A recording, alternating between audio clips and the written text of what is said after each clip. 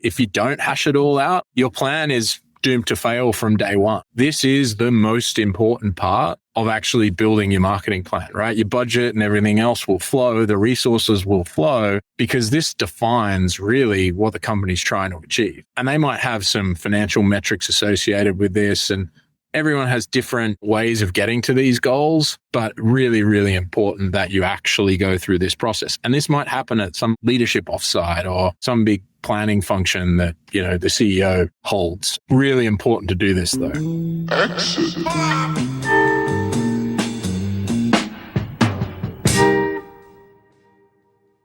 All right, so this is one of our monthly-ish, once or twice a month, we do these Exit 5 live sessions where a little bit different than the podcast, we bring in a subject matter expert to go deep on a particular topic. We do things like SEO strategy review, email teardowns, and this session is basically, we've been doing these live sessions, webinars for 2 years now, and this topic is consistently the most popular one. We try to do it around this time of year when everybody gets into planning. And we have Rowan Tonkin. He's the CMO at Planful. They're an incredible company in the space, and he gives away so much knowledge about how to create a marketing plan, how to build a budget, and most importantly, how to sell it to the CEO and CFO. This was one of the best sessions we did, and I'm excited to have him back. So, hey man, good to see you. How are you doing? I'm doing great. And so as we have questions, like this is going to be a little bit interactive. So as you have questions, put them in the Q&A, because if you put them in the Q&A, then I can sort them by upvotes later and we'll get to them. Be active in the chat. The best part about these sessions is that it's not just, Rowan's not just going to drone on. Like, I want you in the chat helping each other out. Everybody else is marketers here. So talk about what you've done, how you've done it, what you've learned. And then last bit of housekeeping. Yes, this is going to be recorded. We have one rule with all the Exit 5 live sessions that if you ask if it's going to be recorded, you have to do a 1 mile run followed by 100 burpees and send us video evidence. Otherwise, we're going to have a great session. Plenty of time for your Q&A at the end. So put them in, get active in the chat. And I'm going to turn it over to Rowan, who is going to blow your mind. How's that? Thanks, Dave, for the introduction. Rowan Tonkin, I'm the CMO here at Planful. Planful is a financial performance management company. And one of the areas that we help companies with is their marketing planning and marketing performance. I've been CMO here for about 5 years. And prior to that, I spent a lot of time in the marketing planning space at a company called Anaplan, and then also at a company called Infor. So I've been consulting, advising, implementing this type of technology my whole career in B2B, B2C. So hopefully I can answer all of your various questions today. So we're going to start at the top here. Wait. Challenge. I got one question that I thought I remember I was going to ask you. Why do you think this topic is so popular? I think it tells me something about marketers and this, but I'm curious to hear your point of view on that. Well, I think because it only happens once a year.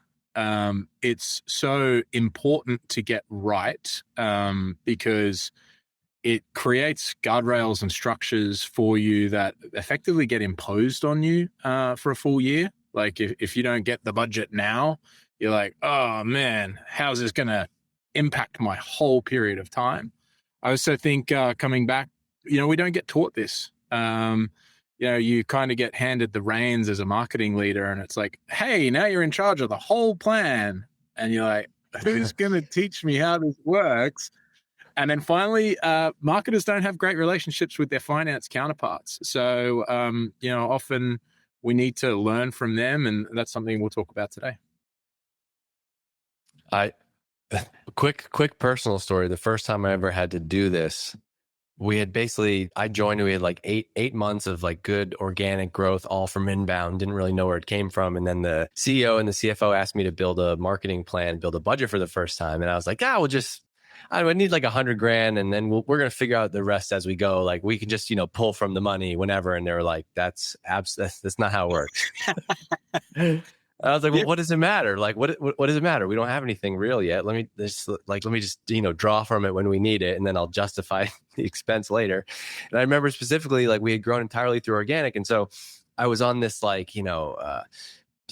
organic marketing is the only way. Paid marketing sucks. And then they were like, they showed me the plan and how much we had to grow. And I was like, oh, we're going to have to spend on paid. And so they were like, I need you to come up with an estimate for how much we need to spend on paid. And I was like, how about 200 grand? And they're like, okay, show me the plan. Like you have to base this on real assumptions. And man, I think like getting my butt kicked the first time trying to do this was the reality check that I needed. And I think something like this, for me coming up in my career, it was like going to the HubSpot blog and typing like, marketing budget planning. And I think your thing is really useful. And so last thing, and I'll shut up before we get into this. I think in a world of like, there's so much advice, I like to just find one or two people to learn from. And so like, if you're here and you're like, hey, I want to learn how to build a budget. I want to learn how to build a plan. Just copy Rowan's template. Like that's the whole point of this, is like every one of us is building on some. I still use a budget template that Mike Volpe, who is the CMO at HubSpot, my former boss, gave to me 10 years ago. I still use that. So you got to find your own. And I think you'll get it from Rowan here today. Yeah, right. Let's go. All right. So we're going to demystify a little bit of what planning actually is, because it's not just saying, hey, just let me draw down 100K when I need it and I'll justify it afterwards. Right. It's a much bigger process. It's planning doesn't happen in a vacuum. It happens from CFO, board, investors. Everyone is really concerned about the financial plan of your company. It's become a even more important topic now. We've gone through the SaaS recession and all those growth times, and frankly, today, an hour ago, the Fed just dropped interest rates, and so that's going to have an impact on how your business thinks about next year. A really important part of this is to think about who cares about the planning process? And often people think that finance is the enemy. And they think that primarily because they're keeping score generally all year, right? Oh, how much is marketing spending? Are they spending too much? Like, hey, tell me what the ROI of this thing is. That's only because they're coming at this from a perspective of being an investor. They're thinking about this in terms of, well, what dollars do I put in to what do I get out? And so they're ultimately really driven as investors in the business, and they're trying to create that fiscal responsibility to make sure that, your company has enough runway for the next 2 years before the next funding round. They're trying to make sure that they can build a sustainable business. They've got those skills. We are generally the optimists. We're trying to say, hey, well, we don't need 24 months of runway because we're going to do it in 12.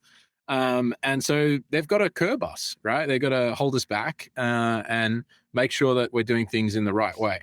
They also have to manage our cash flow too, right? They've got to think about, how do I pay all of these employees? If marketing goes to a massive event and just burns $100,000 on the Dreamforce booth, then I'm not going to be able to pay someone next week, right? So we got to think about that perspective. Now, as an investor, investors look like us, right? When in marketing, we're looking for predictability. We want to know that paid is going to drive X amount. We want to know that, hey, when we do a webinar like we're on today, live session, that there's a playbook around that. And typically we're looking for conversion rates and this is what's going to happen and so forth. Investors have those same playbooks just like us, but they're different. And we as marketers don't know them, right? It's like, I'm not much into the NFL, but it's giving the offensive line the defensive playbook. Like they're going to just be a little confused because we haven't seen those patterns. We don't understand them. And so when we think about the playbooks that finance have, they're typically looking something like this. Hey, the VC world has determined that sales and marketing spend should be this as a percentage of your operating expenses. Or sales and marketing spend should be this as a percentage of your company revenue. Or marketing spend should be less than 10% of company revenue. And marketing spend should be divided up between programs and people costs in this type of way. And so when you think about what are those things, they're typically the rules of the play. And we as marketers don't generally know the rules to play by. These are the guardrails that we're really looking for.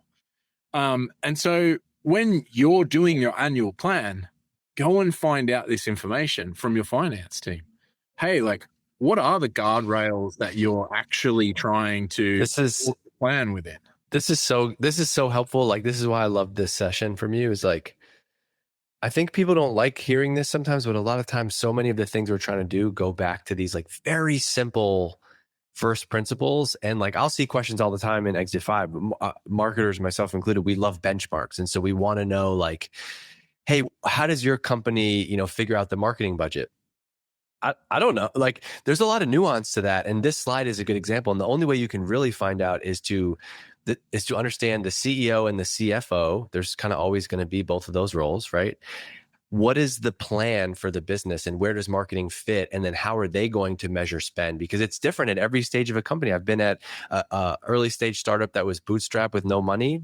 The way we came up with budget there was much different than a company that raised, $60 million. And so I think this slide right here, this is the one that I'd be screenshotting to start. And if I don't have this answer, to make it an action item to, like, let's go back to the CEO and let's manage up. Let's push them and say, like, hey, what lane are we going to play? I love how you have this. What rules do you need to play by?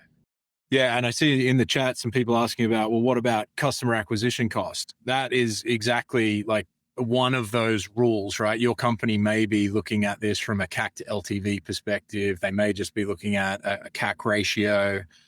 There's lots of these rules. Each company is different in how they care and consider about those rules.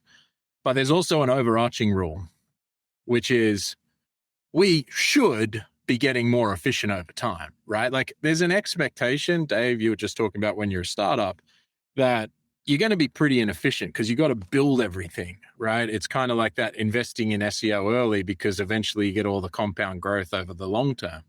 You've got to spend the money now to build the brand, to build the awareness. But eventually, as this company grows and the brand awareness increases, you should get more efficient. And so every year, those rules are going to change.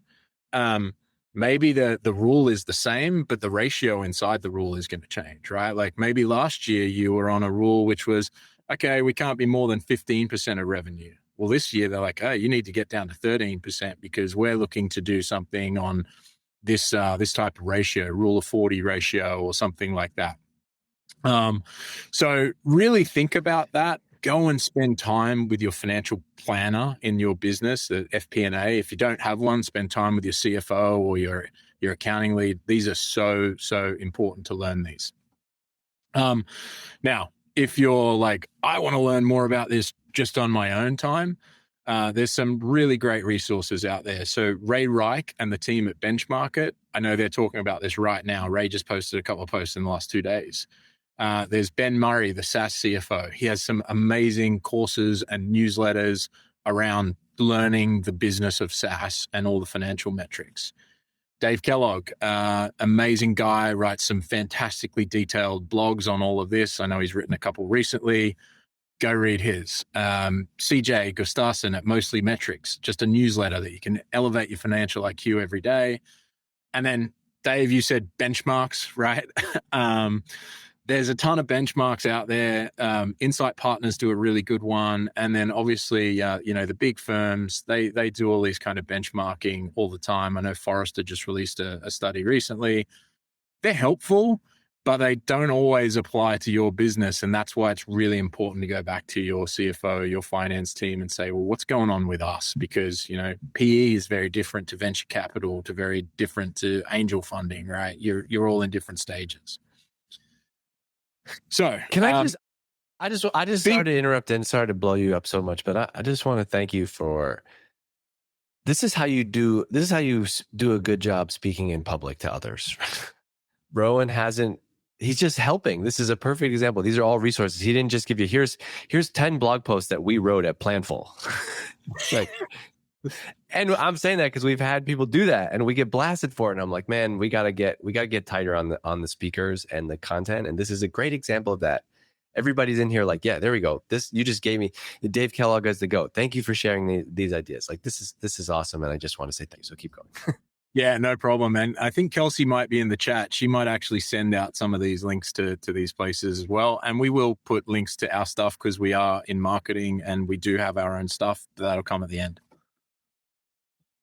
All right. So the other big frame, guys, when you're thinking about planning is what are the key important metrics of your business, right? And when we talk about metrics, a lot of the time, you hear all this terminology about vanity metrics, right? Like, on LinkedIn, everyone's complaining, oh, don't measure yourself on vanity metrics, measure yourself on these things. I think it's really important to actually classify the metrics of your business, right? So most companies have three types of metrics in their business. The first one is operational. And I always say to my team, this is what we only should ever be talking about amongst ourselves and maybe our SDR team. Nobody else in the business gives a shit. They just don't. They care about the commercial metrics and the financial metrics of the business. Absolutely. Can you please let's rewind and say that again? Because we've all done it. We've all done the marketing presentation, marketing update to the whole company that has 50 slides. And it's like, we love that stuff, but nobody else cares. And you just end up losing them. 20 minutes of your presentation, half your team around the company is zoned out thinking about something else. This is a huge part of internal marketing, is understanding what metrics matter to the business, how you make them pay attention to what you're doing as a marketer. And yes, we will send out the slides for the folks asking about the slides. That's 100 burpees. That's 100 burpees in a mile. And Mr. Speaker, don't you think that I didn't mark down your slip up earlier? So yeah, all right, I'll do my mile. So the when we think about these, this is really important because you're going to need to build your plan with all of these metrics in mind, right? Like these operational drivers, they drive how you build your plan, because that's how we do a bottoms up plan. We build our plan based on assumptions, and we really spend our time going, okay, well, what do I need from my conversion rate assumptions? Are they going to change, right? Like last year in 2023 was a very weird year from conversion rates for most people's sales funnels compared to 2022. Did you plan that way? Did you plan conservatively or aggressively? Right? So really important to use these as your business drivers. And that will then output into commercial metrics and goals that you can manage the team on, whether they're monthly, quarterly, weekly, right? Also really important to understand seasonality. Like our business, my business, we have a week-to-week pipeline seasonality model that's pretty predictive, right? And so therefore we know, okay, we should create this amount of pipeline this week. All of that is then into the financial metrics, which your finance team should really be caring about. And this is the number one thing that you should care about. Frankly, I think it's the most important part, but we know less about it, right? It's bookings, it's revenue, it's ARR, it's like your gross margin, net revenue retention rates. Now, a lot of people putting really important value on free cash flow, right? Because that's ultimately the end reason why all the SaaS products are valued so highly, is because they generate tons of cash for the investors over time, right? So think about these metrics, and we're going to jump into, okay, well, how do I use them to go and build my plan, right? So there's two parts to this presentation, really. There's, okay, you got to go and build your plan, and then you got to go and present it and get it approved, right? How do you do those two things? So when you're thinking about building your plan, you want to use those operational drivers with the guardrails in mind, right? So the guardrails help you really constrain your thinking, which actually makes it a little bit easier, because you're like, well, sure, maybe the operational drivers tell me that I need a $10 million budget. Maybe the guardrail is only going to give you a $5 million budget. So how are you going to fit within those constraints? How are you going to have that conversation with finance to make sure when you present your plan, it actually might get approved, right? Because you don't want to be building your plan, spitting out a number that says, hey, I need $10 million in marketing budget. You go and present it, and they're like, well, the guardrails said you only we're ever going to get 5, right? So why now your plan's under threat? So really important to think about it from that way. Next up, your whole plan can't just be based on your marketing goals. The number of times I've seen plans that are just, oh, we need to go and do X. Okay, well, what company goal is that related to? Oh, there is no company goal about that thing. So why does anyone, your CEO, your CFO, your CRO, why do they even care? They only care about the company goals. those company goals, like if you're working in an OKR system, often marketing wants to plan a little earlier and we don't have the company goals yet. Start being the leader and drive those, because we're the ones that know the market, know what products should be coming out. We know where we should be at, and go to the CEO and say, hey, I've started some of the company goals for the year. I'm going to translate that into my marketing goals, but I know sales are so focused on Q4 right now. I don't want to distract them, but I'm thinking ahead because that's what we need to do in our market. Hey, are you agreeing with some of these company goals? And I you'll feel like be, this is where most of this stuff will go haywire, and it's a little bit harder because like we're not always in control. I love the idea of like being a leader and leading the company, but in my limited experience and from talking to lots of other CMOs who've come up now, um, it is hard because the company goals only. I've been in an organization where like we thought we had company goals, but like the VP of partnerships had slightly different company goals because the incentives were different, right? And then the VP of product like slightly kind of wanted to do this thing, and so like the importance of whatever the leadership team is, whatever the management team is, all the cross-functional leaders, before you can go operate any part of the business, you have to come together and define these 3 to 5 company goals. This is where everything goes haywire. Like the tactics are just one thing, but if we don't have a clear direction, because you need the product strategy. So sales and marketing can't have some goal about a new product, and then the product team is actually like, no, that's not even on the roadmap for this half of the year. There's so much there that I think dictates a lot of how successful we can be with marketing. 1,000%. And this is where actually it really comes down to being that great negotiator amongst your team, to say amongst your executive leadership team, or as a marketer, even if you're in a marketing leadership team and you're going back to your CMO, there's going to be people trying to do competing things. And this is like, if you don't hash it all out, your plan is doomed to fail from day one, right? So this is the most important part of actually building your marketing plan, right? Your budget and everything else will flow, the resources will flow, because this defines really what the company's trying to achieve.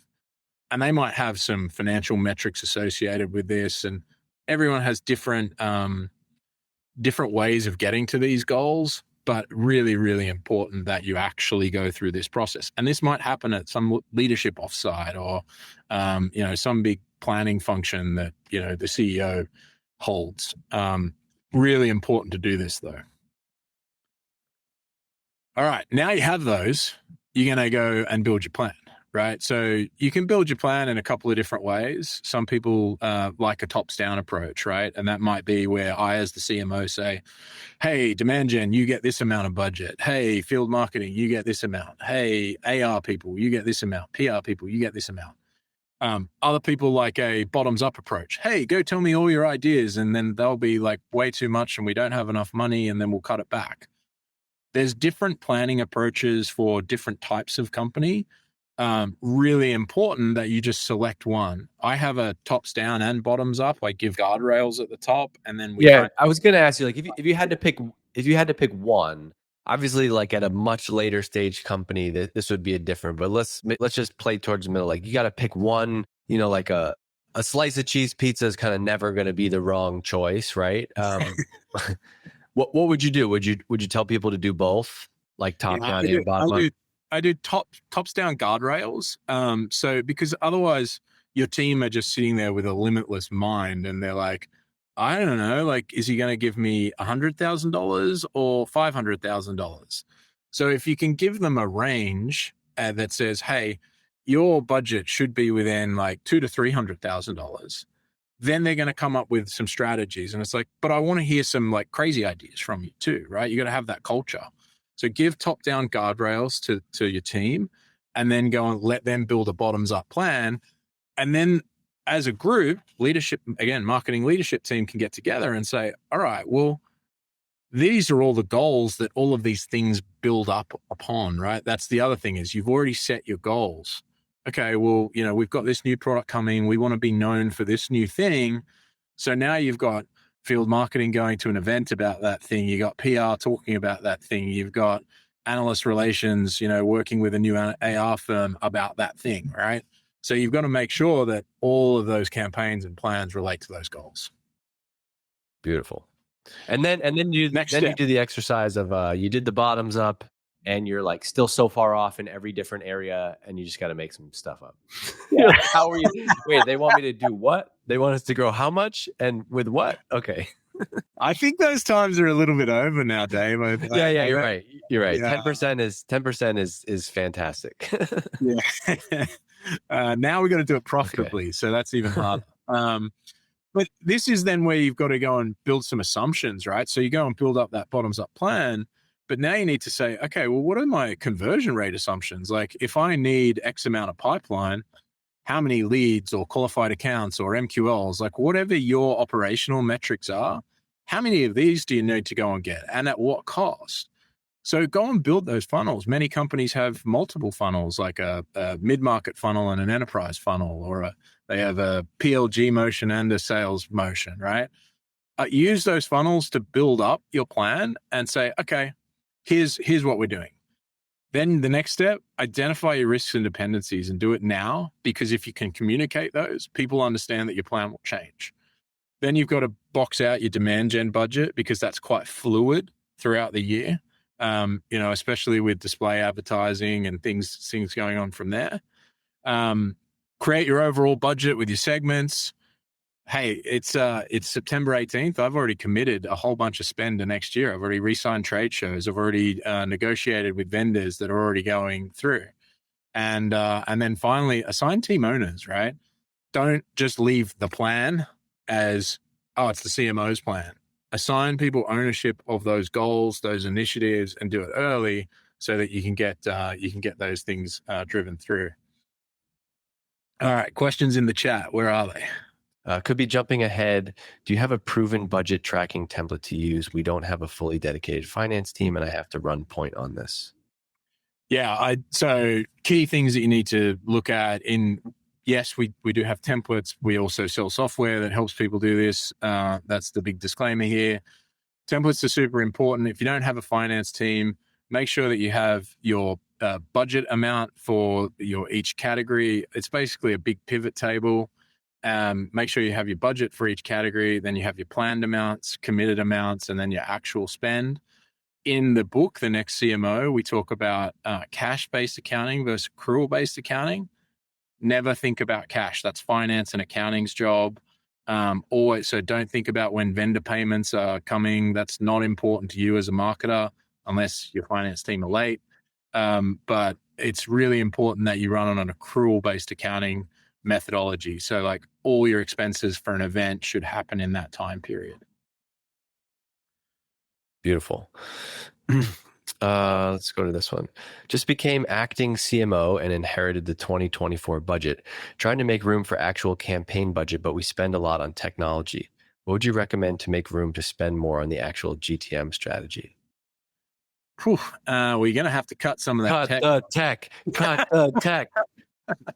I've done that a few times. You're going to have to look at consolidating the tech costs. I would go and look at, generally people are spending on multiple things. They got stuff running on credit cards. Go and look and cut the tech. Like if it's not serving a purpose that's part of your goals, cut it. Like what's it doing there, right? You can free up so much money of like annualized expense just by cutting some of the tech. I would spend time focusing on what's working and what's not. You can always cut digital spend as well. It's quite variable, especially if it's not working. That's like being house poor. You spend all your money on a house, you can't do anything now, and it's like you could spend all your, you spend all your money on tech stuff, and you can't really do it. Let's see what we can do with Typeform and Google Docs or something. Yeah. Anyway, but support the SaaS companies that we work with at Exit 5, but cut everything else. All right, let's do this one. How do we change the narrative? How do we change the narrative of marketing often being seen as a revenue spender versus a revenue accelerator, as we should be? Can I give you I will listen to, do you ever listen to Kip and Kieran's Marketing Against the Grain podcast? Kip's the CMO at HubSpot. So they had this guy on, and he's the CMO at Wix, and he's like been CMO of a public, multi-billion-dollar public company for like 15 years. He's a really long tenure there. And he says, one thing we did company-wise is we don't call it we don't call it marketing spend. We call it marketing investment. Yeah. And I think that like, I don't want people to roll their eyes and think that's corny. Like, I actually think that to me was like, oh my gosh, yes, this would change the way that I talk to the CFO and the rest of the company about this money. Like, not everything in marketing that we do is like dollar in, instant dollar in, $2 out. It's not all direct response. But hey, if we make this investment in here now, if we redo the kitchen, if we do some work on the house, like, you got to build that story. And I just thought that was a great line. And this thing made me think of that. Yeah, and I would say the other areas of doing that is making sure that you combine those. It's again, stop talking about the operational metrics, which people don't care about, and then like talk about things spend to pipeline ratio. Hey, like this spend turns into this amount of pipeline, and we know that that's the way that our business works. And Do you have I've seen people talk about ratios that they like. Do you have one that you got to aim for on spend to pipe? yeah, I definitely have to aim for one. They're different for each product and each region, but at a blended level, for every dollar of pipe that we create, I've got 12 cents to spend, right? So marketers look at it often in a different way. Like, hey, for every dollar of marketing investment, I get $12 of pipeline. Finance people are like, oh, it costs me 12 cents to get some pipeline, right? It's a different way of looking at it. But yes, and there's plenty of again, go look at some of those resources I said. There's plenty of benchmarks out there, but work with your finance team on what they are. All right. You do have more good stuff in your deck. Do you want to do some more slides? Okay. Yeah, let's go. Right. So I think this is also really important. This is not as big of a slide, but when you're going and identifying the risks and dependencies of your plan, everything's a bit of a risk, right? And there's lots of dependencies in marketing. Everything's a risk because you're testing and experimenting, and often you're scaling to places you've never scaled before.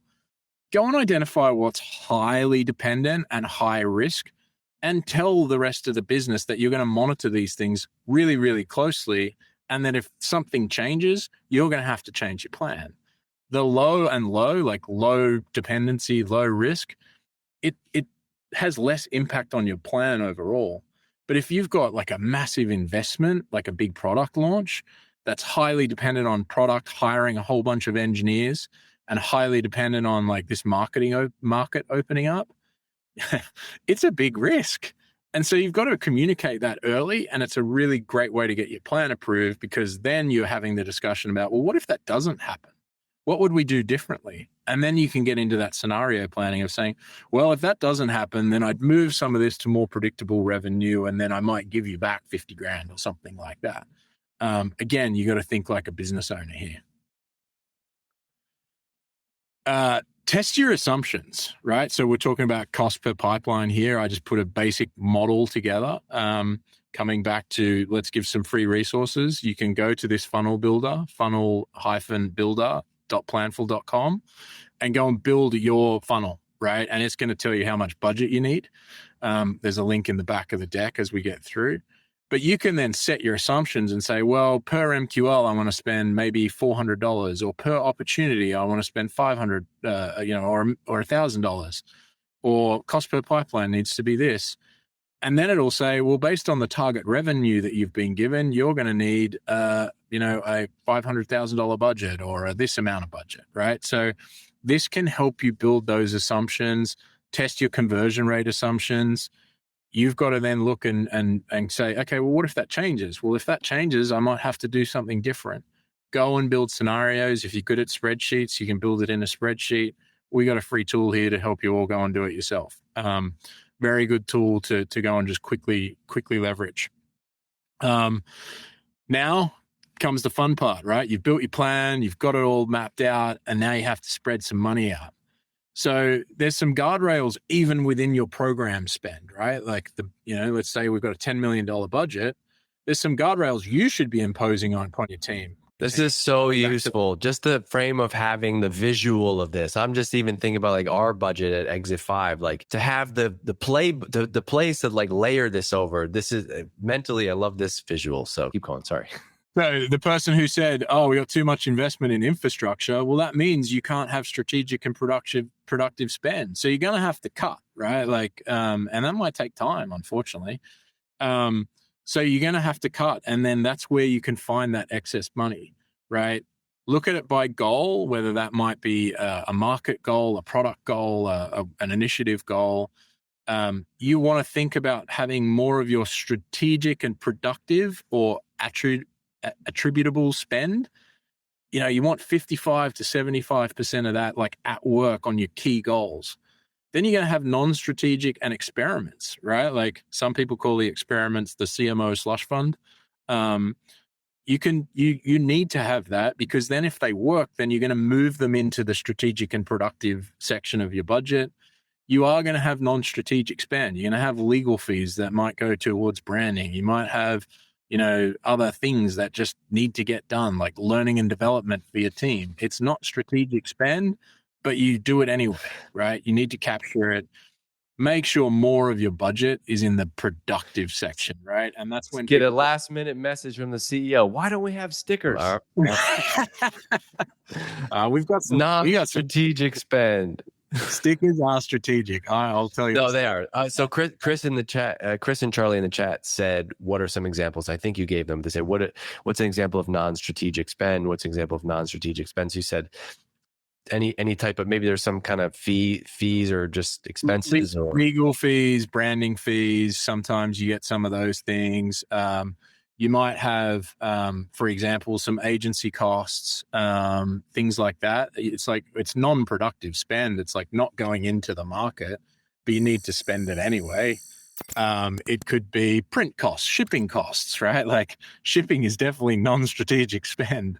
So there's lots of different types of that, and you'll find it in there. You can never attribute any results to it, but it is there in your budget. And when you run the numbers through every transaction, there's a bunch of them there, and they add up. All right, so allocate your budget out like that. And so for those people that were asking about spreadsheet templates, think about, okay, well, how do I do this classification in that area, right? Aaron, definitely not less than 10% on people. This is like your programs budget. Typically, finance will allocate a programs budget and then a headcount budget. And they do have guardrails for that, like 80-20 or 65-35 is probably the most common in SaaS. But this is just your program spend. But inside programs, you do spend money on agencies too, or contractors and other things. So now you're going to have to go get your plan approved, right? So you want to demonstrate the value of that plan. So don't just talk about all the things you're going to do. Talk about the results of those things. Show the results in relationship to those marketing goals, because they're tied back to company goals that everyone agreed we're going to do, right?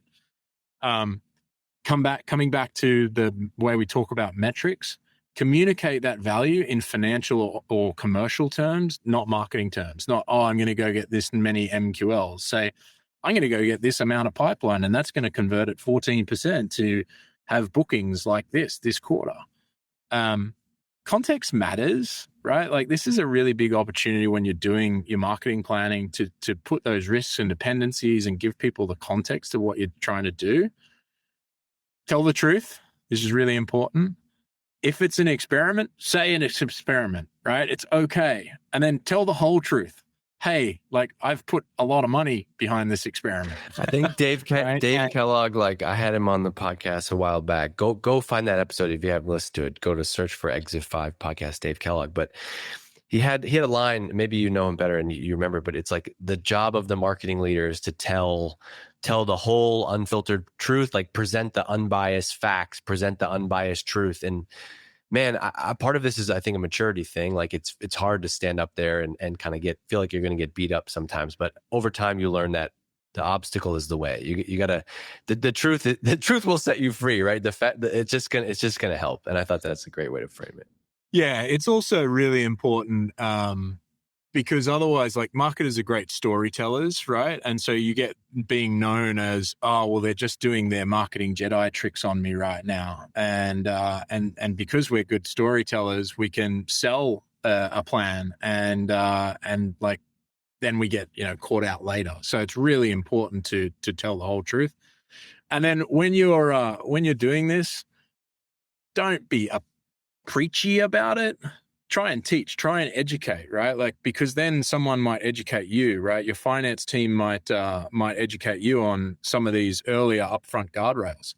Hey, someone asked me the question just here, why is it 65 programs spend, 35 people spend?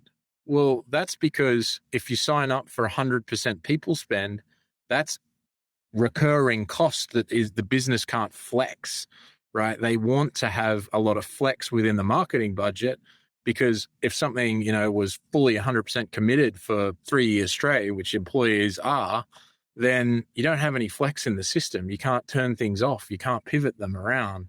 And so that's why some of those rules exist, is to help you get through that process. So what does the communicating in financial terms look like? All right, this is going to generate 2 million in incremental pipeline. We're expecting that to convert into 450K of incremental revenue based on historical conversion rates, versus, hey, my newsletter was got 14.5% click-through rate and we created 4,000 MQLs. Which one do you think your CFO cares about more? Right? Like, they care about incremental revenue. They care about incremental pipeline. They care about these types of investments. And one of those things is something that you can talk to your team about. Hey guys, like, does a CFO even know if a 14.5% click-through rate is good or bad? What was the goal? Like, they don't know. They don't care. Right? It's just, well, we have a 40% open rate. Who cares? All right. Focusing on buying groups. I agree. I mean, we use, in part of our business, we use MQLs. We also use qualified accounts as well. It depends on your business, right? Like, some businesses don't have buying groups because you just need to sell to this one person. And if you can sell to that one person, then the deal gets done. So it really depends on your business. I do think bigger enterprises, obviously the buying group is getting more complex. You should evaluate, are you looking at that? But that's a measurement conversation. All right. So now you want to look at your plan in a goal-based way. So this is a drive growth goal. You can see how much value we're trying to create from all the campaigns that relate to that goal. We can see how much current and planned spend is going towards that goal. And then we can see the different parts of the funnel that are giving us different ROI metrics, right? So cost per outcome is a term that we use a lot. An outcome might be an MQL, or it might be a qualified account, or it might be revenue. How much did each of those things turn into? And it's really important to measure each different part of that funnel, because then you can start creating forecasts around, hey, well, if we boost MQLs by this, what's it going to cost me? Like, the cost per each outcome is something that's really important. And they help you, coming back to investment versus spend, they help you justify further investment in marketing with your CFO, because they can see it in the way that they think and they care about it. All righty. So a few of our tools that can help you. So I showed the funnel builder earlier. Go to funnel-builder.planful.com. That's going to be a way of calculating the cost of your marketing budget. Plug in a bunch of numbers. It's very straightforward. Good tool tips through there. Super helpful tool. I use it all the time in terms of scenario analysis. Like, how much would it cost if, like, conversion rates dropped? And then you can use that to kind of talk to your CFO and say, well, if our conversion rates drop by 2%, I'm going to need to spend X more money. Like, is that something we care about? Well, the answer is yes. We also have written the book on how to operationalize your marketing organization, not just planning. For any first-time CMOs or any any leader that wants to get better at marketing, this is the book, written by Peter Mahoney and Scott Todoro. I know Peter was at Drive last week. Fantastic experienced CMO, and this book, it's the Bible. Yeah, it's. I'm ashamed to have written a book about marketing in the same vein at this. But this is. I have it over here. I think if I was still a CMO, this would be I always was like, I wish somebody had like a playbook. Like this is literally playbooks, formulas. I have it bookmarked and dog-eared. It's an awesome resource. So thank you for calling that out. I also use it like in my team to give to new hires to talk about like, how do you do accounting principles for marketing? How do, you do this, like give it to new hires. Also, I gave one to my new finance team and I said, this is what we care about. Read it. Love that. I just asked those questions to ChatGPT. I don't read any books anymore. I don't believe that. No, just kidding. All right. And then we obviously have a product that can help you do all of this. We built a little microsite from the Exit 5, place. So go to planful.com/Exit5 and you'll find all of these resources here and available to you. All right. Time for some more questions. Let's go. Any lessons you've learned on how to get leaders who aren't marketing savvy to care about the operational metrics and how they ladder up to financial metrics? Just keep asking them. This is something Peter taught me. To what end? All right. So you got an email and it's converting at, 10%. To what end?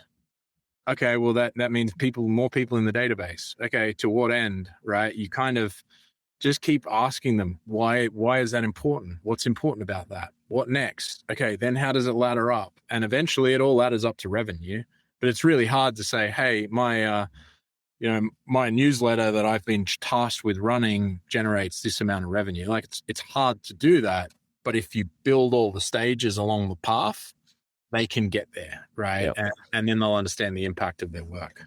All right, next one, Danielle. I'm just going to go down this list, and we'll just do rapid fire. So, we'll just do each one of these. The next one is from Chris. How do you bake in hiring into your marketing plan? Yeah, that's a great question. So you can do it in a few different ways in terms of capacity modeling. So the hardest part about this is a lot of European companies do this, actually, by the way, is they go and build all their campaigns and all the things inside of a campaign. And then not only just do they have the costs of how much that thing is going to cost, they then have all the effort and they're like, do we have capacity to do this? It's like basically a classic labor project plan. The other way that I see people do that is they t-shirt size campaigns, right? How much creative services will I need? How much product marketing will I need? And, how much of other things will I need? And then you can get to a point where you're using like an agile framework to say, hey, we have enough capacity to run 4 extra large campaigns in creative services and this, right? Like, I'm sure Dave didn't believe he had the resources to do Drive last week, only 3 months ago. And he's like, shit, how are we going to get all this done? You kind of find a way half the time, but ruthless prioritization once you get into the plan. Yeah, it's tricky because often it's like, if you have more, you get lazy. If you have, I often find like constraint can be good sometimes. The other thing I was going to just say about this is I've worked with a couple CFOs that don't necessarily care from a spend standpoint. They just want to know the number of the dollar amount of spend. And so let's say that's $1 million of marketing spend.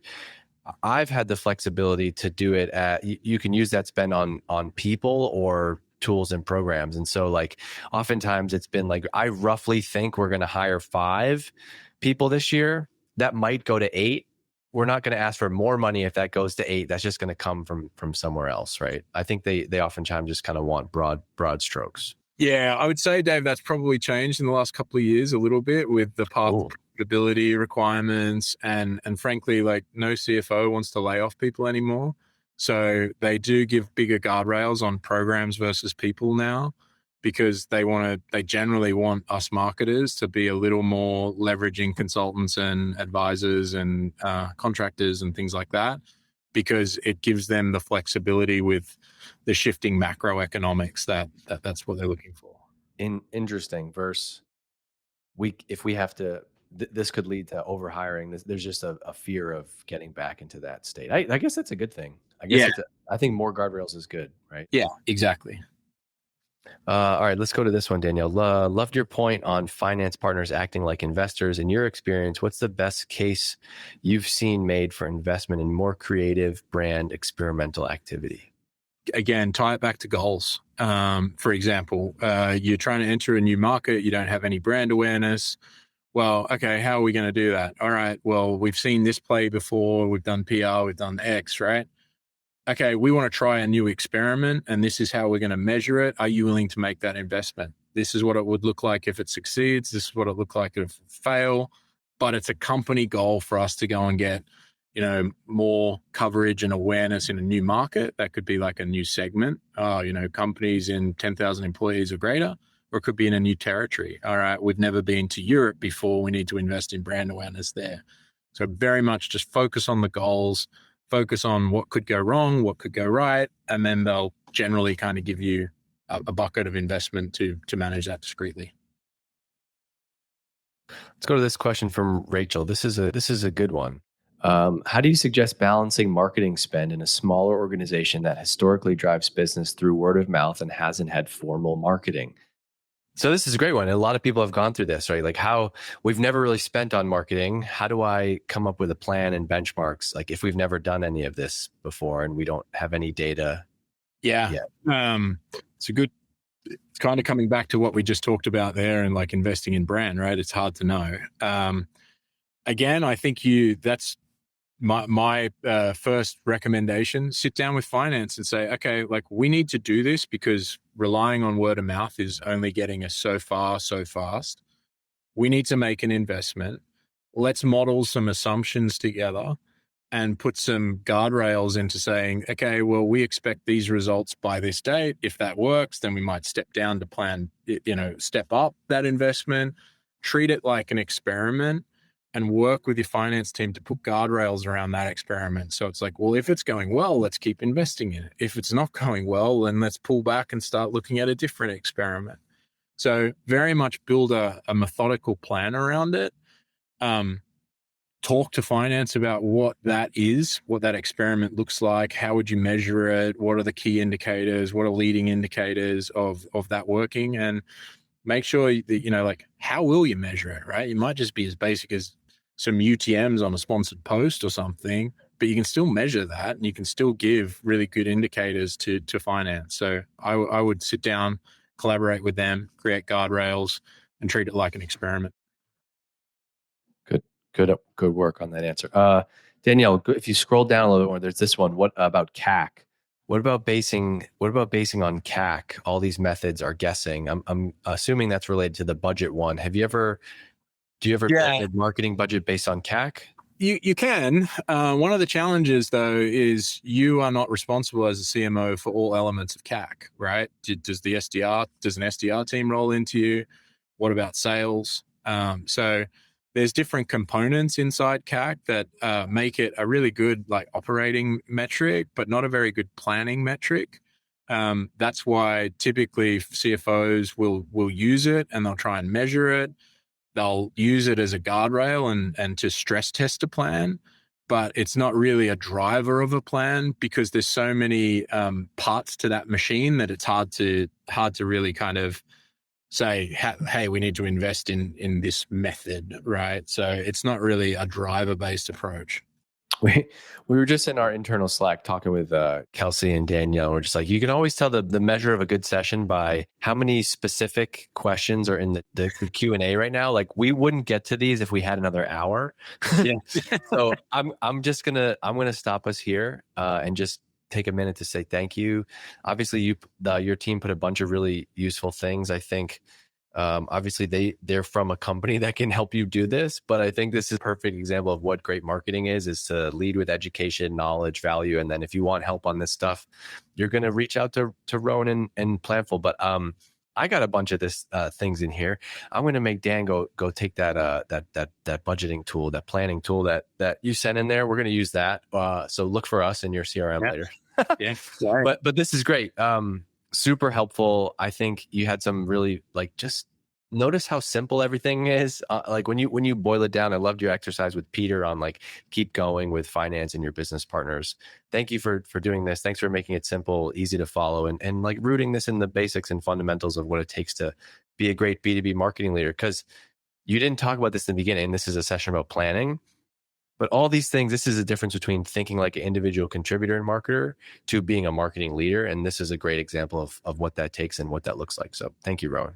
Yeah. Thanks, Dave. Appreciate it. Thanks, everyone. Really appreciate you taking the time to upskill. Happy to help. Yeah. All right. Enjoy.